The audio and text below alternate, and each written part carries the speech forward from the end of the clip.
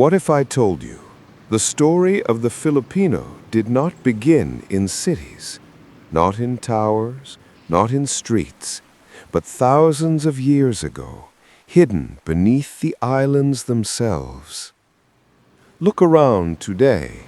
Skyscrapers, bustling markets, crowded roads. But peel back the layers of time, and the land remembers. Forests where our ancestors hunted, rivers where their footsteps once echoed, and caves that hold the secrets of 50,000 years. Hands shape clay, hands type on screens. Boats glide over the sea, just as canoes did long ago. Faces today, every face carries stories older than history itself. Who were they? Where did we come from? And what does it truly mean to be Filipino? Because the journey did not start with empire. It began beneath the archipelago.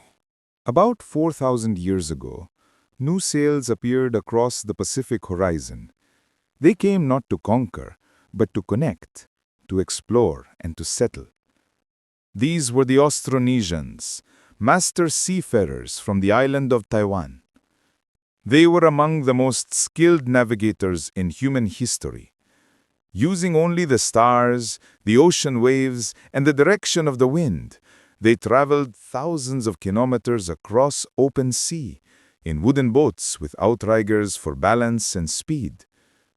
The Austronesians brought with them more than just canoes and tools. They carried rice, pigs, chickens, and a new way of life. Most importantly, they brought a language, Austronesian, that would one day spread from Madagascar in Africa to Easter Island in the Pacific. This migration created one of the largest cultural and linguistic networks in the ancient world. And in the center of this vast ocean route stood the Philippine Islands, a meeting point where ideas, words, and traditions blended together.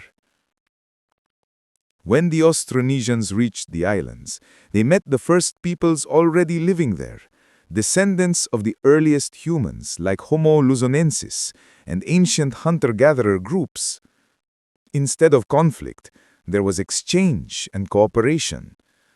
The seafarers and the islanders shared tools, customs, and knowledge, shaping new communities that balanced forest and sea.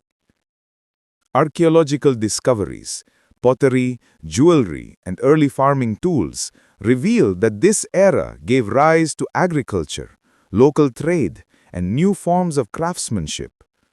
These developments laid the foundation for the diverse cultures that would later thrive across the archipelago. From this blending of peoples and traditions came the first echoes of what we now recognize as Filipino identity. The languages spoken today, the communal values, and the artistic designs all trace their beginnings to this ancient age of seafaring and settlement. Each island became part of a living constellation, connected through kinship, trade, and shared heritage. Across this ocean world, the Filipino voice was born, a fusion of blood, language, and tide. For the Austronesians, the ocean was never a barrier. It was the beginning, a pathway that united faraway lands into one vast, connected world. This spirit of movement, adaptation, and connection still defines Filipino culture today. Resilient, resourceful, and always reaching beyond the horizon. By the 16th century, the horizon of the islands changed once again. From across the Pacific, ships under the banners of Spain appeared on the waters of Manila Bay. With them came cannons, crosses, and new names for lands that had long existed, and the islands would never be the same. The arrival of the Spanish marked the beginning of more than 3 centuries of colonial rule. Yet it also connected the Philippines to the first true global trade network, the Manila Galleon Trade. From Acapulco to Manila, ships carried silver, silk, porcelain, and ideas between Asia and the Americas. Along these routes came new peoples and new bloodlines: Chinese traders, Mexican soldiers, Arab merchants, and Spanish priests. Intermarriage and exchange wove together diverse communities across the islands. The Filipino identity began to form, not from purity, but from connection. A blend of races, languages, and beliefs shaped by centuries of adaptation and survival. In Old Manila, churches rose beside marketplaces. Spanish friars taught new faiths, while local artisans carved Christian images with distinctly native features. Islam thrived in the south.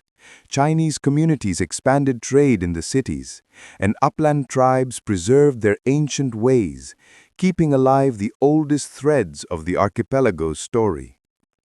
High in the Cordilleras and deep in the forests, some peoples remained untouched by conquest. They carried with them traditions that predated all empires, languages, music, and beliefs that reach back to humanity's earliest ancestors. Today, modern genetics confirms what history already hints at. Every Filipino face carries the marks of migration, adaptation, and resilience. Within each person lies a connection to ancient islanders, Austronesian voyagers, and generations who endured colonization and change. To be Filipino is to be part of one of humanity's most complex stories. A story shaped by the ocean, by time, and by countless encounters across the centuries. It is a story of survival, transformation, and shared heritage, written beneath the archipelago. Thank you for watching. If you enjoyed learning about the origins of the Filipino people, subscribe to Beneath the Archipelago, where history, science, and culture come together to tell the stories of the islands and their people. Join us next time as we explore the next chapter, the rise of kingdoms and the shaping of nations across the Pacific. This is Beneath the Archipelago, bringing the past to life, one story at a time.